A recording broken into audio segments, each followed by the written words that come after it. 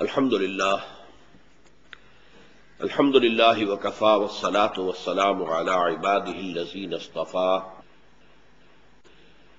خصوصاً علی افضلهم وخاتم النبیین محمد الامین وعلی آلہ وصحبہ اجمعین. اما بعد فقد قال اللہ تبارک وتعالی کما ورد فی سورة العنکبوت: اعوذ باللہ من الشیطان الرجیم بسم اللہ الرحمن الرحیم. اتل ما اوحی الیک من الکتاب واقم الصلاة ان الصلاة تنہی عن الفحشاء والمنکر ولذکر اللہ اکبر واللہ یعلم ما تصنعون. ولا تجادلوا اہل الکتاب الا باللتی ہی احسن الا الذین ظلموا منہم وَقُولُوا آمَنَّا بِالَّذِي أُنزِلَ إِلَيْنَا وَأُنزِلَ إِلَيْكُمْ وَإِلَٰهُنَا وَإِلَٰهُكُمْ وَاحِدٌ وَنَحْنُ لَهُ مُسْلِمُونَ. وَكَذَلِكَ أَنزَلْنَا إِلَيْكَ الْكِتَابَ فَالَّذِينَ آتَيْنَاهُمُ الْكِتَابَ يُؤْمِنُونَ بِهِ وَمِنْ هَٰؤُلَاءِ مَن يُؤْمِنُ بِهِ وَمَا يَجْحَدُ بِآيَاتِنَا إِلَّا الْكَافِرُونَ. صدق اللہ العظیم. رب اشرح لی صدری ویسر لی امری واحلل عقدۃ من لسانی یفقہوا قولی. اللہم ربنا الہمنا رشدنا واعذنا من شرور انفسنا. اللہم ارنا الحق حقا وارزقنا اتباعہ وارنا الباطل باطلا وارزقنا اجتنابہ. اللہم وفقنا لما تحب وترضى. آمین یا رب العالمین. سورہ عنکبوت کے بارے میں جو بات میں اس سے پہلے ایک سے زائد مرتبہ عرض کر چکا ہوں اس کو دوبارہ ذہن میں تازہ کر لیں. اس کا جو امتیازی مضمون ہے، مخصوص مضمون ہے، وہ اہل ایمان سے خطاب ہے جنہیں ستایا جا رہا تھا، مارا جا رہا تھا، بھوکا رکھا جا رہا تھا اور زمین میں گھسیٹا جا رہا تھا جیسے کہ جانوروں کی لاشیں گھسیٹی جاتی ہیں، دہتے انگاروں پر لٹایا جا رہا تھا. یہ حضور کے قیام مکہ کا وسطی دور ہے، سن 4 سے شروع ہوا ہے اور پھر 8 برس تک یہ جاری رہا ہے. یہ سورہ مبارکہ سن 5 میں نازل ہوئی. تو اس وقت جو حالات تھے اور اہل ایمان پر جو کچھ بیت رہی تھی، اس سے جو سوالات ان کے ذہنوں میں پیدا ہو رہے تھے، ان کا نہایت خوبصورت اور بہت جامع بلکہ جامع ترین جواب جو ہے اس سورہ مبارکہ کے پہلے رکوع میں آ چکا ہے. باقی 6 رکوعوں کو 2 حصوں میں تقسیم کر لیجئے. جو پہلے 3 رکوع ہیں، دوسرا، تیسرا، چوتھا، اس میں جو مکی صورتوں کا عام مضمون ہوتا ہے، کفار سے خطاب، مشرکین سے خطاب، منکرین رسالت سے خطاب، جو عام مضامین ہیں زیادہ تر وہ ہیں.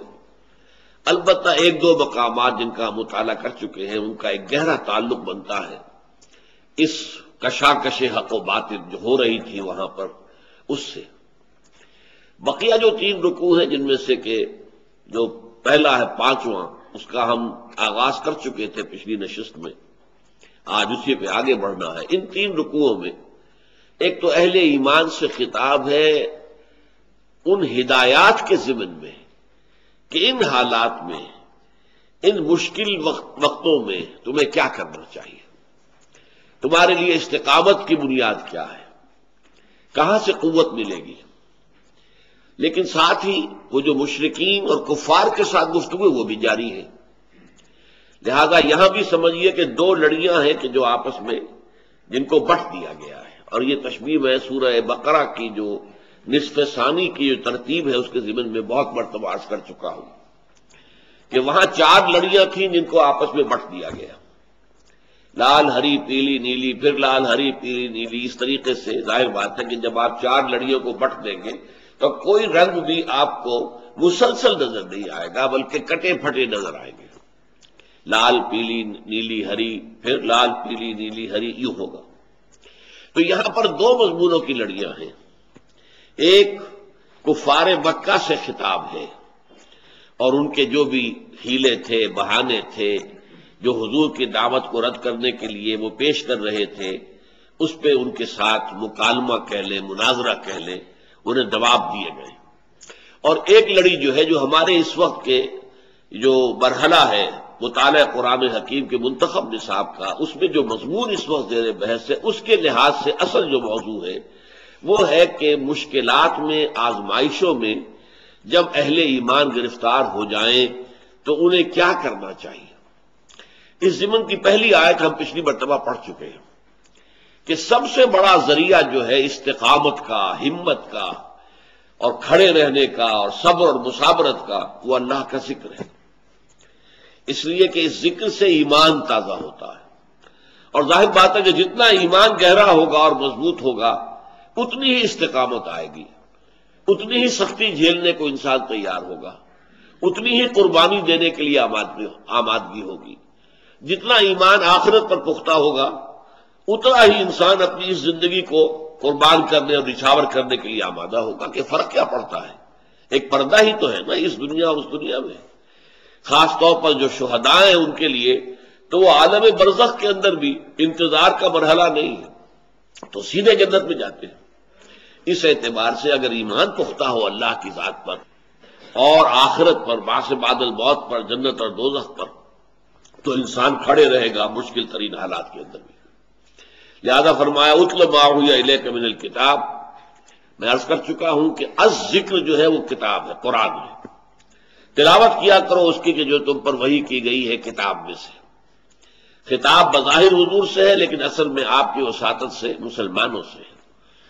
میں عرض کر چکا ہوں کہ مکی صورتوں میں عام طور پر خطاب واحد کے صیغے میں حضور سے ہوتا ہے، لیکن آپ کی وساطت سے امت سے خطاب ہوتا ہے۔ لیکن اصل خطاب جو ہے یا ایھا الذین آمنوا سے، یہ مدنی دور میں شروع ہوا ہے۔ ویسے یہ کہ ایک دو جگہ پر مکی صورتوں میں بھی ہے، لیکن وہ صورتیں کنٹروورشیل ہیں کہ آیا وہ مکی ہیں یا مدنی ہیں۔ جو طے شدہ مکی صورتیں ہیں ان میں یا ایھا الذین آمنوا کا صیغہ خطاب نہیں آیا۔ تو اے اہل ایمان، خطاب بواسطہ نبی، تلاوت کیا کرو اس چیز کی کہ جو ہم نے وحی کی ہے اپنے نبی کی طرف، اور نماز قائم رکھو۔ قرآن تو الذکر ہے اور نماز جامع ترین ذکر ہے جس میں عمل بھی ہے اور قول بھی ہے۔ ان الصلاۃ تنہی عن الفحشاء والمنکر، یقیناً نماز وہ شے ہے کہ جو انسان کو فحش اور منکر کاموں سے روکتی ہے۔ وَلَذِکْرُ اللَّہِ اکبر، اور واقعہ یہ ہے کہ اللہ کا ذکر سب سے بڑی شے، سب سے بڑی شے۔ واللہ یعلم ما تصنعون، اور اللہ جانتا ہے جو کچھ کہ تم کر رہے ہو۔ اب دوسری ہدایت آ رہی ہے، وَلَا تُجَادِلُوا أَهْلَ الْكِتَابِ إِلَّا بِالَّتِي هِيَ أَحْسَنُ إِلَّا الَّذِينَ ظَلَمُوا مِنْهُمْ وَقُولُوا آمَنَّا بِالَّذِي أُنزِلَ إِلَيْنَا وَأُنزِلَ إِلَيْكُمْ وَإِلَٰهُنَا وَإِلَٰهُكُمْ وَاحِدٌ وَنَحْنُ لَهُ مُسْلِمُونَ۔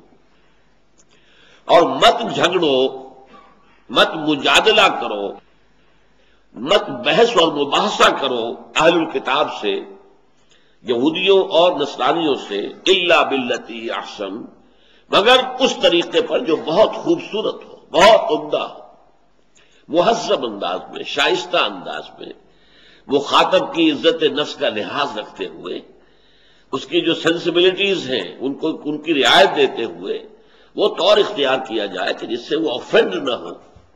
وَلَا تُجَادِلُوا أَهْلَ الْكِتَابِ إِلَّا بِالَّتِي هِيَ أَحْسَنُ إِلَّا الَّذِينَ ظَلَمُوا مِنْهُمْ، سوائے ان کے کہ جو ان میں سے ظالم ہیں۔ اب یہ بڑا دلچسپ مقام ہے، یہ دو الا جو آ گئے تو اس کا مفہوم کیا ہوا؟ مت مجادلہ کرو اہل کتاب سے مگر بہترین انداز میں، سوائے ان کے کہ جو ظالم ہو۔ اب یا تو یہ دونوں جو الا ہے یہ ایک دوسرے کو کینسل کر دیں گے اور ولا تجادلوا اہل الکتاب قائم رہ جائے گا، ان سے جھگڑو مت، مجادلہ مت کرو۔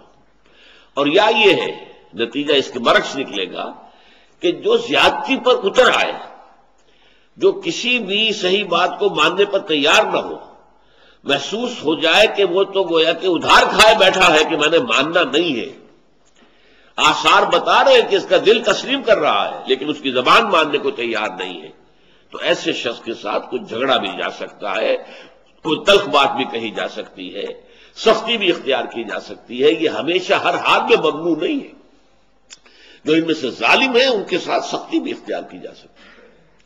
یہ ایک بہت اہم اصول ہے. ایک تو پہلے تو تاریخی طور پر سمجھ لیجئے کہ اب تک اہل کتاب سے کوئی معاملہ مسلمانوں کا ہوا ہی نہیں تھا. دعوت صرف مکے میں محدود تھی، وہاں نہ کوئی یہودی تھا نہ عیسائی تھا. اب سابقہ پیش آنے والا ہے اللہ کے علم میں، کیونکہ اسی صورت کے اندر یہ آگے حکم آ جائے گا جس میں کہ ہجرت کی طرف اشارہ ہے. اگر یہاں کی سختیاں تمہارے لیے ناقابل برداشت ہو گئی ہیں تو تمہیں اجازت ہے تم حبشہ کی طرف ہجرت کر جاؤ.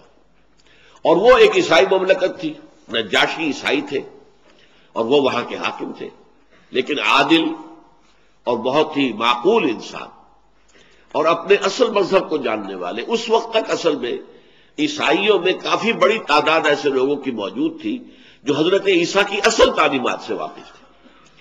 وہ جو بعد میں بگڑتے وہ توحید تثلیث میں بدل گئی اور شریعت موسوی بالکل ساقط ہو گئی، ابھی وہ کیفیت نہیں تھی. تو گویا کہ حضرت نجاشی چونکہ وہ ایمان لے آئے، صحابی تو نہیں شمار ہوتے کہ حضور سے ملاقات نہیں ہوئی، لیکن وہ تابعی ضرور ہے کہ حضور کے صحابہ سے ان کی ملاقات ہوئی. وہاں عیسائیوں کے ساتھ گویا کہ پہلی مرتبہ ایک سابقہ پیش آنے والا تھا. اس کے لیے یہ تمہید ہے، وَلَا تُجَادِلُوا أَهْلَ الْكِتَابِ إِلَّا بِالَّتِي أَحْسَنُ. اہل کتاب سے مت مجادلہ کرو مگر اس طور سے جو بہت ہی عمدہ ہو. إِلَّا الَّذِينَ ظَلَمُوا مِنْهُمْ، سوائے ان کے کہ جو ان میں سے ظالم ہو، جن کے بارے میں تمہارا دل گواہی دے دے کہ یہ اڑے ہوئے ہیں ضد کے اوپر، ہٹ دھرمی جو ہے وہ انہوں نے اختیار کر لی ہے، تو اس صورت میں تم بھی کوئی سخت روش اختیار کر سکتے ہو. اصل میں یہاں میں چاہتا ہوں کہ ایک لفظ کو آپ سمجھ لیں. ہمارے ہاں ایک لفظ ہے مناظرہ. مسلمان علماء کے مناظرے ہوئے ہیں عیسائیوں کے ساتھ. پادری فینڈر نے آ کر مسلمانوں کو ہندوستان میں بڑا پریشان کر دیا تھا. یہ جرمن پادری تھا، اور جب انگریز جو ہے ہندوستان میں قابض ہوتا ہوا پہنچ گیا، پورے ہندوستان پر تقریباً اس کا قبضہ ہو گیا، تو آگے یہ عیسائی فوجیں آ رہی تھیں، پیچھے ان کے مشنریز آ رہے تھے کہ اب جو یہ مغلوب قوم ہے یہاں کی اور جو لوگ مفتوح ہیں تو ان کو ہم عیسائی بنا لیں. مروب تو ہے، جب مغلوب ہو گئے تو مرعوب ہو گئے، لہذا یہ موقع ہے، ابھی جو ہے لوہا گرم ہے، چوٹ لگا. تو پادری فینڈر آیا اور اس نے سب سے پہلے کلکتے میں علماء کو چیلنج کیا کہ آؤ مجھ سے مناظرہ کرو. آیا عیسائیت درست مذہب ہے یا اسلام درست مذہب ہے؟ علماء کو شکست دی، اس لیے کہ وہ تو قرآن اور عربی اور حدیث پڑھ کے آیا تھا. پھر وہاں سے وہ چلتا ہوا آیا بہار اور یو پی سے، اور ہر بڑے شہر میں اس نے مسلمان علماء کو شکست دی. اس کے بعد وہ دہلی پہنچ گیا، اور جو شاہ جہانی مسجد ہے دلی کی، جامع مسجد دہلی مرکز کے اندر شہر کے، وہاں اس کی سیڑھیاں بہت اونچی ہیں. جن لوگوں نے دیکھا ہوگا، یہ ہماری جو ہے بادشاہی مسجد، اس کی کرسی بلند نہیں ہے لیکن اس کی کرسی بہت اونچی ہے. اس پر ان سیڑھیوں پر کھڑے ہو کر اس نے کہا کہ مسلمانوں، میں وہاں سے چل کر یہاں آ گیا ہوں اور کوئی عالم دین جو ہے مسلمان وہ میرا مقابلہ نہیں کر پایا، شکست دی ہے میں نے. اب میں پورے ہندوستان کے علماء کو چیلنج کرتا ہوں، کوئی ہے جو میرا مقابلہ کرے. اب دیکھیے، اگر اس وقت کوئی بھی میدان میں نہ آتا تو مسلمانان ہند کے عوام پر کیا اثر پڑتا؟ ہمارا مولوی تو ہار گیا، یہ جیت گیا. ان کی فوجیں جو ہے انہوں نے ہمیں شکست دے دی، اور ان کے مولویوں نے ہمارے مولویوں کو شکست دے دی. تو کتنے بڑے پیمانے پر ماس کنورشن ہو جاتا مسلمانوں کا عیسائیت کی طرف. لیکن اللہ تعالیٰ کی رحمت جو ہے اس کو ظاہر ہوئی. مولانا رحمت اللہ کیرانہ، یہ ضلع مظفر نگر جو ہے یو پی کا، اس کا ایک قصبہ ہے کیرانہ، وہ ابھر کر سامنے آ گئے. رحمت اللہ کیرانوی رحمت اللہ علیہ، انہوں نے مقابلہ کیا، اسے شکست دی.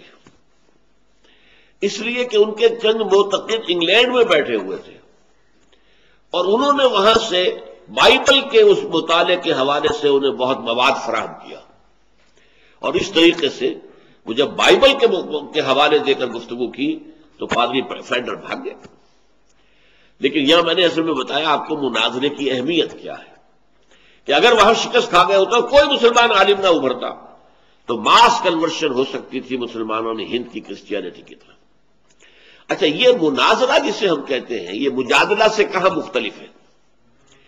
مجادلہ ہے دعوت کے لیے، بلانے کے لیے، اس میں نرمی ہوگی، اس میں مخالف جو ہے یا مخاطب کہنا چاہیے اس کے جذبات کا بھی لحاظ ہوگا، وہ آفینڈ نہ ہو جائے، اس کے اندر حکمت بڑھتی جائے گی۔ لیکن مناظرہ یہ لفظ قرآن میں کہیں نہیں آیا ہے، اسی وزن پر باب مفعلہ۔ مناظرے میں یہ پہلو نہیں ہوتا، بلکہ اسے شکست دینی ہے، اسے چپ کر دینا ہے، بس یہ ہے مناظرے کی اصل روح، یہ ہے۔ لہذا اس میں سختی بھی ہے، کرختگی بھی ہے، حملہ آور ہونے کا انداز، جارحیت کا انداز۔ آج کے دور میں ایسی ایک شخصیت جو ہے بہت نمایاں شیخ احمد دیدات کی ہے۔ اب تو وہ بہت بیمار ہیں، لیکن یہ ہے کہ انہوں نے واقعہ یہ ہے کہ عالم عیسائیت کے جو ہے پرچے اڑا دیے، ان کے مراکز میں جا کر جو ہے انہوں نے مناظرے کیے ہیں، اور بڑے بڑے ان کے جو پادری سمجھے جاتے ہیں ان کو شکست دی۔ اس کی وجہ کیا ہے؟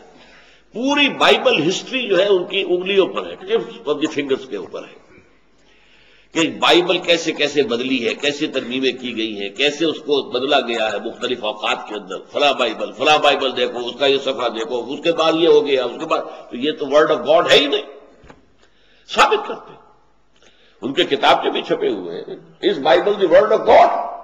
جواب دیا انہوں نے کہ نہیں، قرآن میں بتاؤ ایسی کوئی ترمیم ہوئی ہو، ایسی کوئی تبدیلی ہوئی ہو۔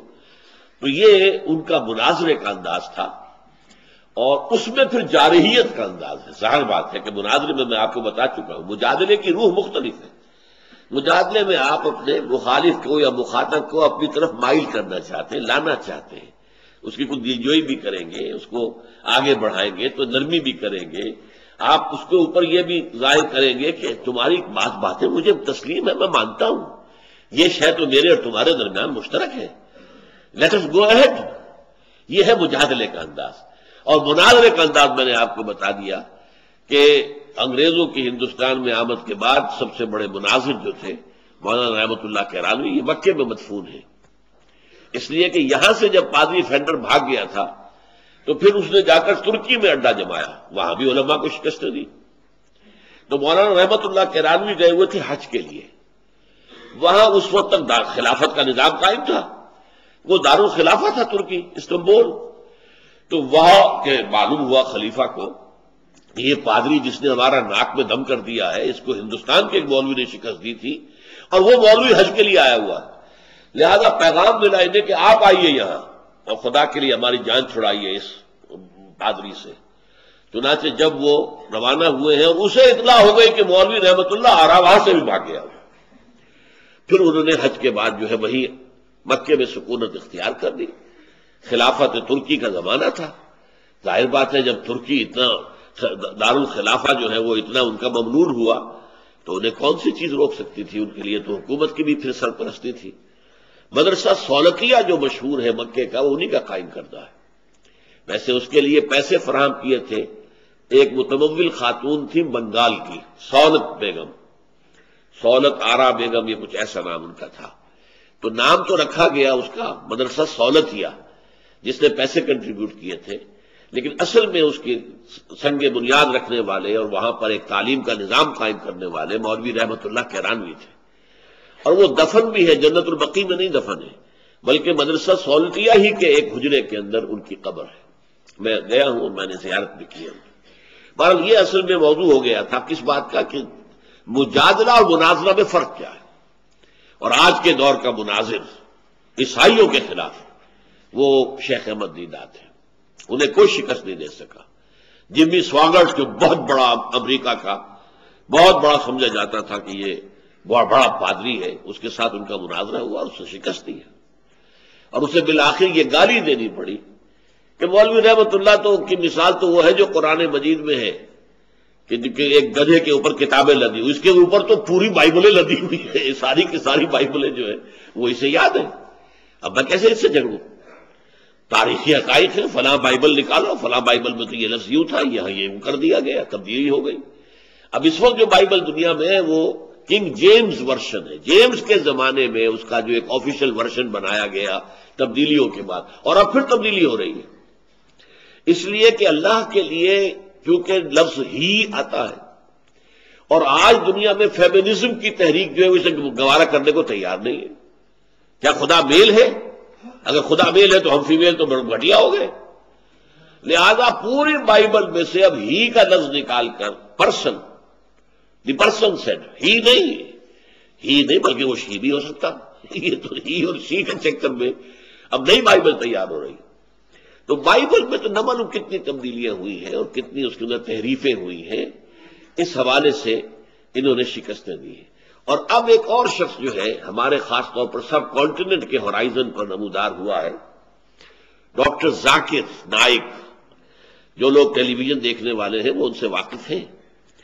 اصل میں یہ صاحب جو ہے ڈاکٹر ذاکر نائک، یہ دو شخصیتوں سے کچھ متاثر ہوئے۔ زیادہ تو ان کا تاثر جو ہے وہ شیخ احمد دیدات سے ہے، اس کے بعد وہ ہمارے کام سے متاثر ہوئے۔ آج سے 10-12 سال پہلے آئے تھے یہاں لاہور، مجھ سے ملاقات کی اور 60,000 روپے کے میرے کیسٹ آڈیو ویڈیو وہ لے کر گئے، اور انہوں نے بلکہ کہا کہ جو اعلیٰ ترین کیسٹ ٹیپ ملتی ہو بازار میں اس پر مجھے تیار کروا کے دیں۔ اور وہاں پر وہ IRF کے نام سے ان کا ادارہ ہے، اسلامک ریسرچ فاؤنڈیشن، اور وہ بہت عرصے سے چینل کے اوپر میرے جو دروس ہے قرآن مجید کے وہ دکھا رہے ہیں۔ 8,000 فیملیز، کئی سال پہلے مجھے بتایا گیا تھا کہ 8,000 فیملیز ہفتے میں 2 دفعہ آپ کا درس جو ہے وہ دیکھتے ہیں ویڈیو اس کے اوپر، ٹیلی ویژن کے اوپر۔ تو وہ ان کا انداز جو ہے وہ مجادلے کا ہے، مناظرے کا نہیں ہے۔ اس میں وہ ایگریسو نہیں ہوتے، جارحیت کا انداز نہیں ہوتا، بلکہ بات معقول انداز کے اندر جواب دینا، معقول انداز میں وضاحت کرنا، سوالات کو ڈیل کرنا، یہ ان کا انداز ہے۔ فرمایا وَلَا تُجَادِلُوا أَهْلَ الْكِتَابِ إِلَّا بِالَّتِي هِيَ أَحْسَنُ إِلَّا الَّذِينَ ظَلَمُوا مِنْهُمْ۔ تو میں نے عرض کیا تھا کہ کوئی قدر مشترک نکالی جائے۔ جو دعوتی گفتگو ہے اس میں اگر آپ جو سیکنڈری ٹرشری کوسچنز ہیں، ثانوی ہیں، ان سے گفتگو شروع کریں گے تو کبھی نتیجہ خیز نہیں ہوگا۔ نیچے سے چڑھیے، جیسے زپ ہوتی ہے، یا آپ اوپر سے جوڑنا چاہیں گے تو کبھی نہیں جڑے گی، نیچے سے اس کو کھینچیے، وہ جڑتی چلی آئے گی اوپر تک۔ بالکل یہی معاملہ ہے کہ آپ جس سے گفتگو کر رہے ہیں اس کے اور اپنے مابین کوئی قدر مشترک، کامن فیکٹر پہلے تلاش کیجیے تاکہ اس پر بلڈ کیا جا سکے گفتگو کو۔ یہ مجادلے کا لازمی عنصر ہے۔ اب اسی آیت میں دیکھیے وہ کامن جو ہے فیکٹر اس کو نمایاں کیا گیا، وَقُولُوا، اور کہو آمنا بالذی انزل الینا وانزل الیکم۔ دیکھو اہل کتاب ہے، نصارا ہیں، یہودیوں، ہم تو ایمان رکھتے ہیں اس بات پر بھی کہ جو ہم پر نازل کی گئی اور اس پر بھی جو تم پر نازل کی گئی، یہ ہمارے اور تمہارے درمیان مشترک ہے۔ اور اس سے آگے بڑھو وہ الہنا و الہکم واحد، اور ہمارا الہ معبود اور تمہارا الہ ایک ہی تو ہے نا۔ اس مشترک اساس پر ہمیں بات کرنی چاہیے۔ وَنَحْنُ لَهُ مُسْلِمُونَ، بس ہمارا یہی معاملہ ہے کہ ہم نے اپنے آپ کو اپنے اس خدا کے حوالے کر دیا ہے، ہم نے سرنڈر کیا ہے، ہم نے سر تسلیم خم کر دیا ہے، جو اس کا حکم ہے اسے ہم مانتے ہیں۔ یہ انداز جو ہے یہ ہے در حقیقت مجادلے کے لیے سٹارٹنگ پوائنٹ یہ ہے۔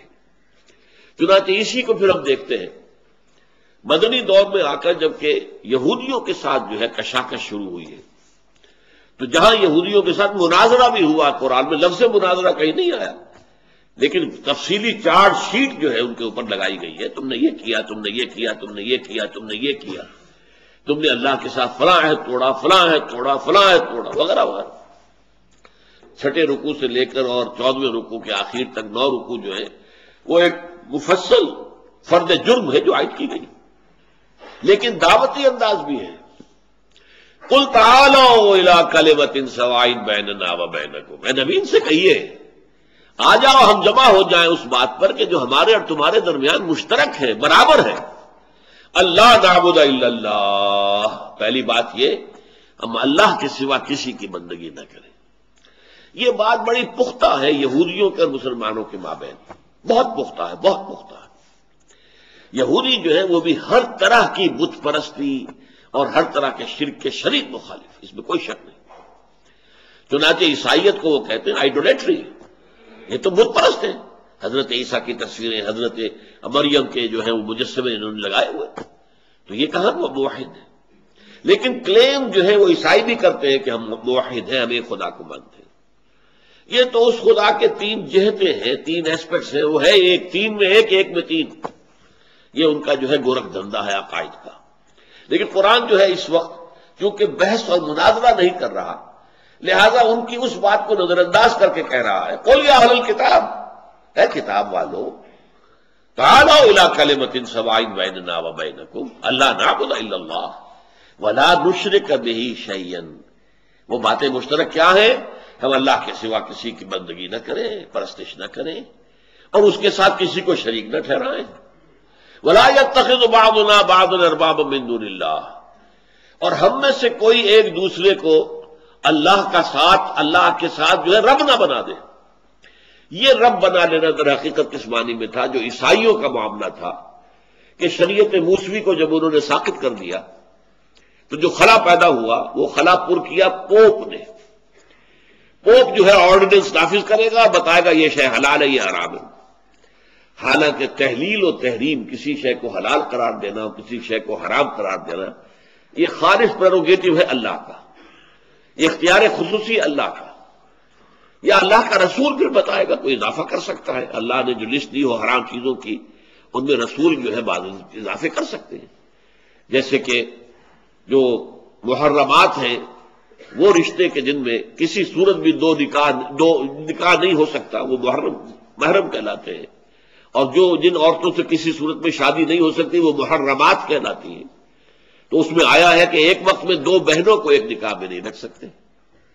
حضور نے اس میں اضافہ کر دیا کہ یہی معاملہ ہوگا خالہ اور بھانجی کا بھی، ایک نکاح میں بیک وقت کسی ایک شخص کے نکاح میں خالہ اور بھانجی دونوں نہیں ہو سکتے، اور یہی معاملہ ہوگا پھوپھی اور بھتیجی کا۔ تو یہ ایک اضافہ ہے جو حضور نے کیا ہے، اور حضور چونکہ اللہ کے نمائندے انہیں حق حاصل ہے۔